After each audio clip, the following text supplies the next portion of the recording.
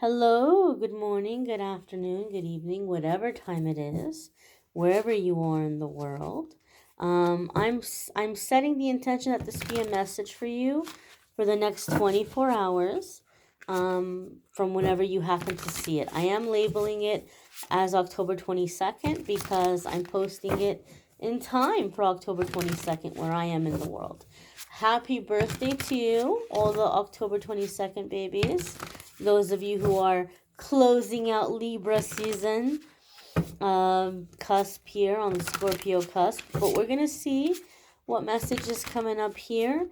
And happy birthday to you if you just stumble upon this video at some random date that happens to be your birthday. As I said, I'm setting the intention that this be a message for the next 24 hours from whenever you happen to see it. All right, so the card we have is the Five of Cups. This is a card that sometimes some people don't like to see. But I'm getting a really specific vibe and a really specific message around this Five of Cups, and I think we all need to hear it, okay? Now, traditionally speaking, you might think of the Five of Cups and think of like, oh, disappointment. Something's not going the way that I had hoped. Something's not going the way that I had planned. And, people say, oh, you're crying over spilled milk. And there can be that aspect here to the Five of Cups, absolutely positively. However, okay, as I'm looking at this card, even though it's the Five of Cups, and we very clearly see those three cups that are, spilled over, this card almost looks like the Two of Cups to me, right? Like if I had covered that Five of Cups at the bottom, where it says Five of Cups, you might not see those spilled cups, and you might think, oh, it's a Two of Cups card. You might not even know that it's Five of Cups. And so Two of Cups is about receiving, reciprocal energy, soulmate, love, harmonious connection, resolution, all these wonderful things. Five of Cups can sometimes be a disappointment, but if you're familiar with tarot, Five of Cups can also be someone who's looking to numb their feelings or emotions. There are some readers that see Five of Cups as like a card that might come up when somebody is like trying to drown their sorrows in drinking or something of that nature. Now, there are many, many, many ways to drown sorrows. It's not always going to be through drink. There are many different ways to self medicate or to distract or to numb ourselves. And some of them look super productive, right?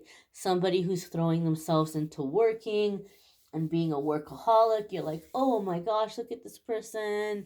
They're grinding, they're getting that paper. Look at them go, they're hustling, right? We see, oh, you mogul, entrepreneur, or like whatever, right? Like, they're going to the top. We see it as very positive. Or somebody who's like really, really, really like getting lost and like working out and exercise, where it's just like it's consumed everything. That can be a way people self-medicate.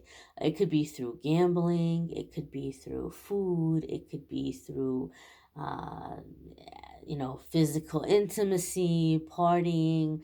It can be so many different ways. Cleaning, organizing your place meticulously. There are a lot of ways that we distract ourselves or that we try to numb ourselves or not feel. Okay, I'm telling you right now, my dears and my darlings, we're coming into Scorpio season pretty strong. There's gonna be an eclipse, a solar eclipse on the 25th. There's gonna be a new moon on the 25th. And so in that Scorpio energy that we're about to embark on, there's going to be a lot of truths that are revealed, right? Scorpio is the house of secrets and can be the revealer of secrets. And so there's going to be things coming to the surface, things that have been buried, things that have been in the dark places. They're going to be coming up. They're going to be surfacing. And for some of you, you're seeing the truth of a purpose or situation, and they're disappointing you. And you're feeling like, I expected better from you. Or I really thought that this was going to be different. Or, you may be seeing, people display characteristics that kind of make you sad, where you're like, oh, I thought this person was kinder than this. I thought this person wasn't so shallow, or like whatever it might be. So things may be coming to the surface. I feel more so than the disappointment. I feel the aspect of this card of like not wanting to feel, wanting to stifle, kind of like these feelings, or wanting to forget, wanting to uh, just escape emotion. Because we are coming into a time where, Scorpio is deep emotion, and so some of you might not typically be in that energy, right? You might prefer to be in the headspace, or you might prefer to, be in some other mode. But I feel like in the coming energies, especially with everything going on astrologically coming up here, uh, a lot of us are getting pulled into the heart space. And for some of you, that's, I'm going to be honest, very uncomfortable. It might be very uncomfortable to actually feel, but guess what? We cannot manifest. We cannot open up to receive if the heart is not open. And in order for the heart to be open, we must feel. We must. And so I feel that the Five of Cups is coming up to say, go easy on yourself. Allow the heart to open up. And for some of you, as the heart is opening up to receive, you may have sorrows that come to the surface. That's okay. Give yourself permission to grieve those things. Give yourself permission to cry over those things. It's okay. We might have certain disappointments in our life, or certain things didn't go the way that we had hoped. But once you get that out of your system, now you have clear energy. Now you can fill your cups with whatever you want moving forward. You can pick them up and put whatever you want to put in those cups. And it's all going to be good. You don't want to embark on something new when you're still in the energy of resentment or bitterness, right? Like, I've had disappointments in my life, and one thing that I have learned is if I go into the next thing resentful, I didn't get what I wanted, it didn't work out the way that I wanted, okay, fine, I guess I'll do this other thing instead. I'm going into the next thing with contempt, with the energy of contempt, with the energy of resentment, and it's not going to thrive.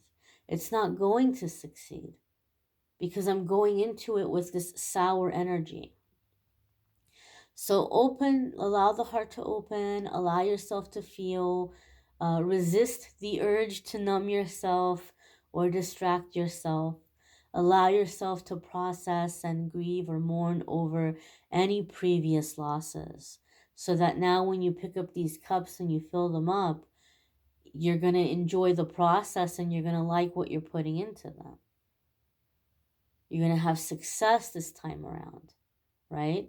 I just had a song that popped up in my head that I haven't thought about and I haven't listened to in years. But there's certain songs on my spiritual awakening that, like, I heard that song or I heard a lyric and it just completely and totally like shook me, or like made me see things differently. um and I just thought of a song that when I heard it, uh it changed a lot with the way that I look at the world, and the things that I experience. It changed my outlook. It's exactly this Five of Cups thing that I was in. Like, I heard the song lyric and I realized I didn't know tarot at the time, but it's a perfect example of me being in Five of Cups energy. And then I heard this lyric and I was like, whoa, it just blew my mind. But there's a group or duo called Broken Bells, and they have a song called High Road. And there's a line in the song, it's a really deep song, but there's a line in the song that says, um, it's too late to change your mind. You let loss be your guide.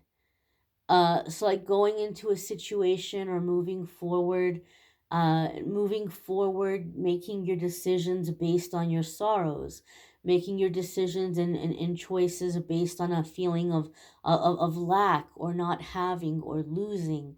And I was like, whoa, like that lyric just really hit me. And it's a perfect example of a time in my life when I was in Five of Cups energy, and it was setting me up for failure. It was setting me up for more loss. It was setting me up for more disappointment. And so some of you are like, you're like, Amethyst, I want to be positive. I want to be hopeful. I want to believe that things are going to get better, but man, I'm just so scared of being let down. I feel you, I hear you, I've been there. And I'm not promising you or telling you that everything is going to be, beer and Skittles and sunshine and rainbows. There's going to be, other disappointments and things ahead, but we can't allow those things to be our guide. We can't allow those things to be what we base our decisions on and our focus on. Look on what we have and continue to build on what we have. And if you do that, I can tell you from my experience, I promise you it gets much better. It gets much easier, and good things do start coming into your life. Good people do start coming into your life. You may want to check out the weekly forecasts if you haven't already. They're linked in the description. Love readings are linked in the description. If you want to schedule a private reading with me, link in the description. That will take you to calendly.com/amethystangelite, and you can schedule a private reading with me there. I thank you all for watching, my darlings. Thank you for liking, sharing, commenting, subscribing, and thank you for receiving the messages. I hope you'll come back and check out tomorrow's message as well. Take care.